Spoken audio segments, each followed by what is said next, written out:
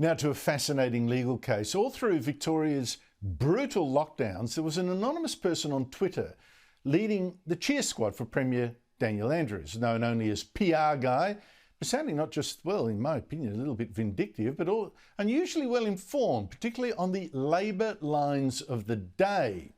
And with 80,000 followers, including a number of journalists, quite influential. So the speculation began, is PR Guy actually a Dan Andrews staffer or an employee of a Labor-aligned PR company? And soon we might know, because PR Guy said some very hard things about Yemini, who's a fearless reporter for the right-wing or ultra-libertarian Rebel News, and very much against the lockdowns and vaccine mandates.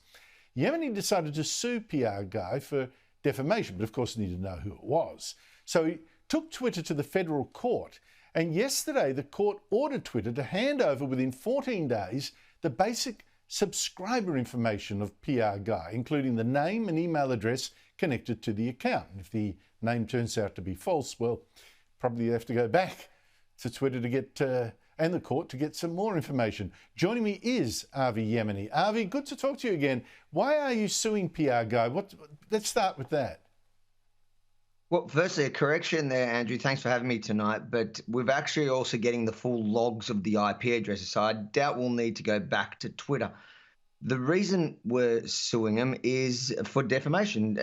At the end of the day, everybody has the right to privacy. You have the right to walk around the street if you really want, wearing a balaclava and saying silly stuff, defending Dan Andrews' every move if you really want. But the moment you act unlawful or you do something that gives somebody else a reason to raise a civil claim against you, that mask doesn't give you a free pass. That's when anybody can go to the court and find out who you are. It's the same thing with PR Guy, and that's what we're doing.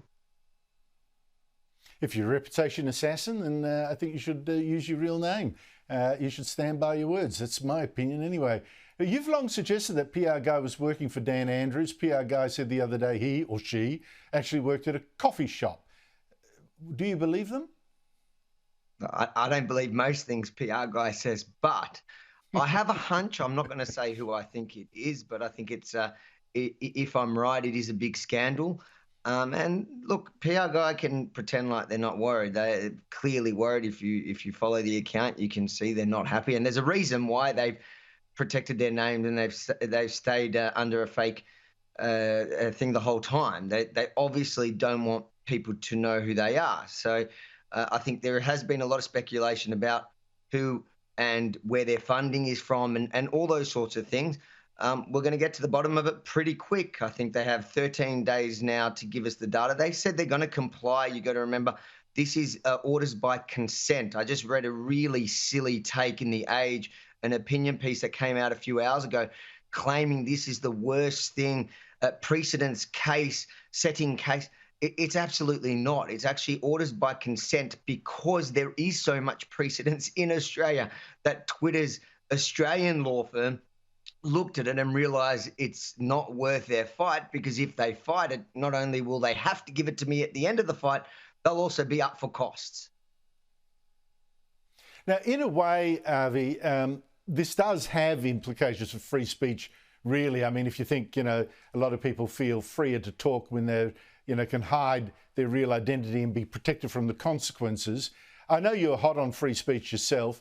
PR Guy is now claiming they're, in fact, a free speech martyr, saying, well, they're going to really fight hard. They really mean something to them. But, golly gosh, even when I disagree with other people on free speech, I'll fight for it. And efforts to silence me will just grow my voice, etc., etc. Avi, does outing PR Guy attack free speech? It absolutely doesn't. Firstly, no one's trying to silence PR Guy. We're saying say what you want to say, but at least if you're going to defame people, put your name to it, put your face to it, so at least we can tug you back. But it's very funny PR Guy is taking that stance, because it wasn't long ago where PR Guy literally tweeted, and anybody can search, or I retweeted it today, where PR Guy asked the Liberal Party to silence, I think it was Tim Smith, one of the MPs. So it's just, it's laughable. And most of the people that are claiming this is some sort of attack on free speech, is PR guy people, that his people that are more than happy for freedom of speech to be cut when it doesn't suit their narrative. This has nothing to do with free speech. You have every right to say whatever you want, just like you can walk out, like I gave the example before. If you're wearing a balaclava, you can say whatever you want, but it's not a free pass. You don't get to break the law, or you don't get to a free pass on civil cases just because you're hiding your name. Well, just no. Basically, it seems to me that what you're after is the same free speech that you and I have, which is we try as damn well as we can, fighting lawyers and the law and people all the way through, to say what we believe, but we put our name to it. That's the difference between you and me and PR Guy. We put our name to it. We take it, we put it out, and we take it, but we put our name to it. Over Yemini, I wait with great interest, and so I believe do very many Australians, to judge by the fact that your name in this case are trending hot on social media. Good luck to you.